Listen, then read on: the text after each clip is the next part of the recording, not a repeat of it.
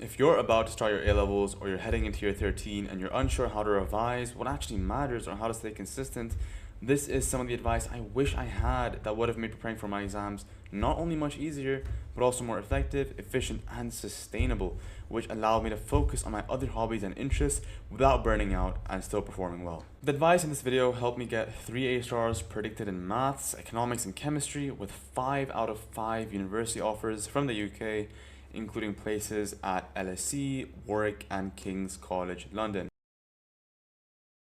Whether you just finished your GCSEs and are starting your A-level journey, or are a year 12 student hoping to push for that A or A star, then I can guarantee you that at least some of the advice here is going to make your life less of a nightmare during the critical weeks leading to exam season. Without further ado, let's hop right into it. Tip number 1, don't start too early. I know this sounds weird, everyone says start early, right? But the reality is that starting way too early, especially with the wrong approach, leads to one thing and one thing only: burnout. When I sat my AS exams in May of 2024, I realized I could barely recall anything I'd revised back in September or October of year 12. All that effort I put in at the beginning, doing past papers at the very beginning, learning the content super, to a really deep level in October and September, I didn't remember any of it and it was basically wasted. Focus on understanding in the first few months, but don't commit to studying 4 hours a day from day one. I feel like those of you going into year 12 are more likely to fall into this trap. You're probably going to experience the pressure early on with the large jump from GCSE to A-levels, but whether it's AS exams, year 12 mocks, or final A-levels, most of the revision you do for heavy theory-based subjects before February is going to fade away. You'll have to relearn it anyways. Now, obviously, if you have mocks, then study for those. They are usually quite good taster sessions or practice sessions for you to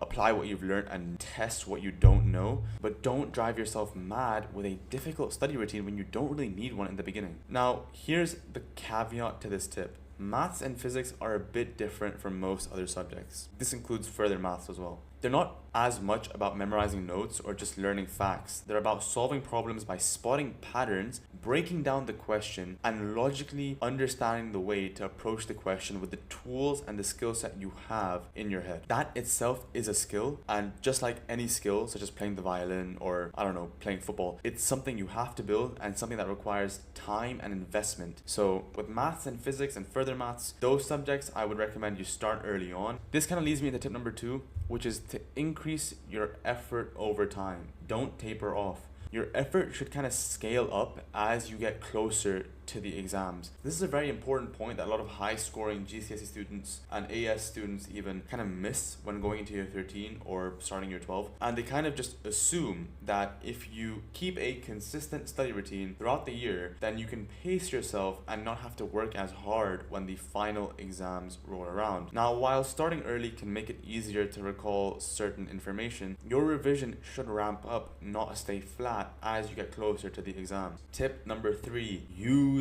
the textbooks. Don't underestimate the content and the information that the textbook specifically provides. I ignored this one for a long time. Everyone always says use the textbook, and I thought I could just rely on like YouTube videos and save my exams and physics and maths tutor for my notes and for like revision. But you'll be surprised by the amount of information that the textbook has that a lot of third-party websites and YouTube videos don't actually mention. I think this was most relevant in my exams and in my subjects with chemistry. I can specifically recall a past paper where they tested you on a enthalpy level diagram for an SN1 mechanism, and that is literally nowhere in any of the relevant YouTube videos you search up or any of the Save My Exams notes or PMT notes. No hate to those, obviously. I mean, you can use those for sure, but those should be used as a secondary resource to the textbook. But surprise enough, the textbook had information on that SN1 mechanism diagram at like one of the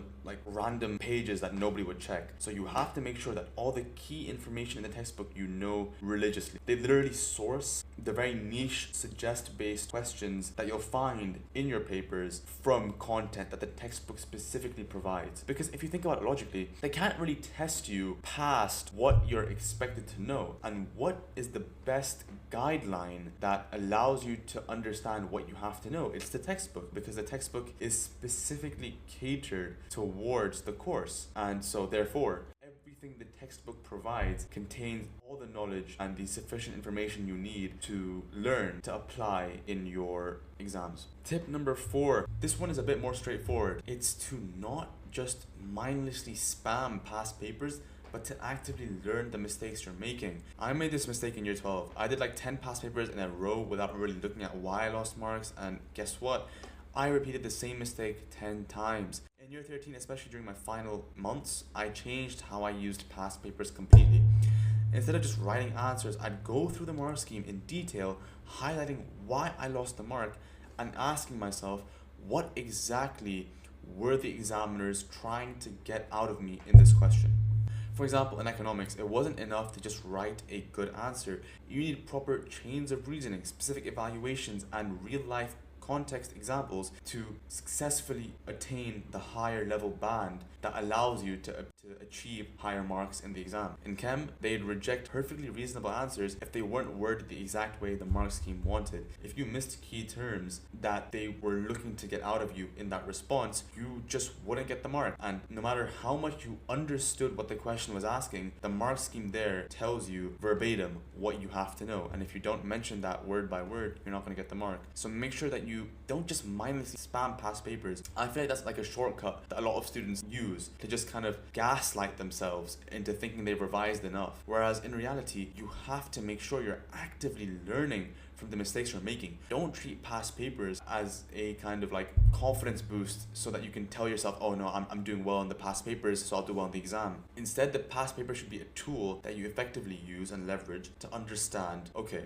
where are the gaps in my knowledge still present? And you shouldn't do past papers, in my opinion, until you've locked in the content as well as you can. If you're going into past papers knowing that you haven't learned the content well enough, you're more likely to be complacent when answering the questions, and you're more likely to tell yourself while doing the questions that, oh no, it's fine, I haven't gone over this chapter just yet. But if you've already done all the content and you go into the past paper, you can't really tell yourself, oh no, it's something I haven't covered yet, because you've already covered all the content. So you're now actively testing the gaps in your knowledge. Alright guys, last tip. Don't fall into the trap of trying to predict what will or won't come up. I've seen so many people, especially during exam season, obsess over which topics already came up last year and try to work backwards from there. I'm telling you, this year I sat papers where they asked questions that you just could not have possibly predicted what they were gonna ask. I genuinely don't understand how they come up with these like random ways to ask questions, but I feel like nowadays exam boards are kind of transitioning away from repeating the same types of questions. So, previously you might see that in old past papers, they'll kind of repeat the same questions, but kind of word them a bit differently. But I think that now, since we've moved past COVID, they're beginning to transition into this phase where past papers are more unique and are actually testing how well you understand the content. So make sure that you understand the content like the back of your hand, and that you really know the ins and outs of why certain things occur or how certain things work. Now, this is especially vital for theory-based subjects like chemistry, biology, economics, psychology, business. All these A-level subjects obviously require you to understand the content very deeply, and if you don't understand that content well, and they test you on very specific things in the content, then you're just not going to be able to get it, because I feel like personally nowadays they're moving into exam papers that have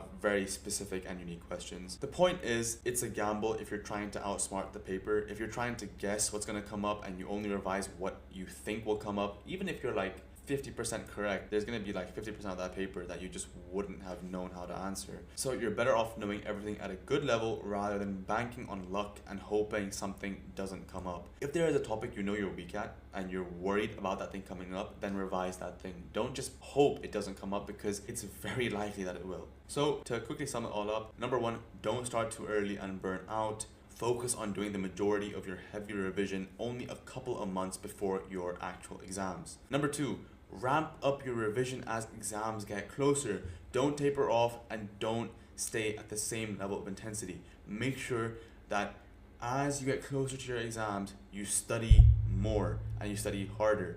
Number 3, actually use the textbook, especially for subjects like chemistry, where specific wording matters and specific content is only mentioned in the textbook. Number 4, learn from past papers. Don't just spam them mindlessly. And number 5, don't rely on past paper patterns to predict what's coming up. Go in prepared for anything.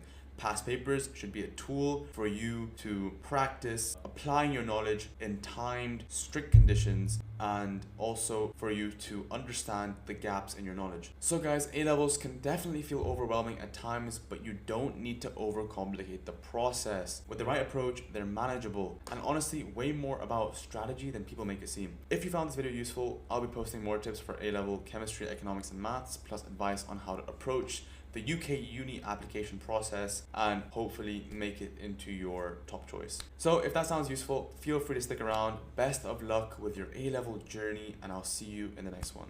Peace.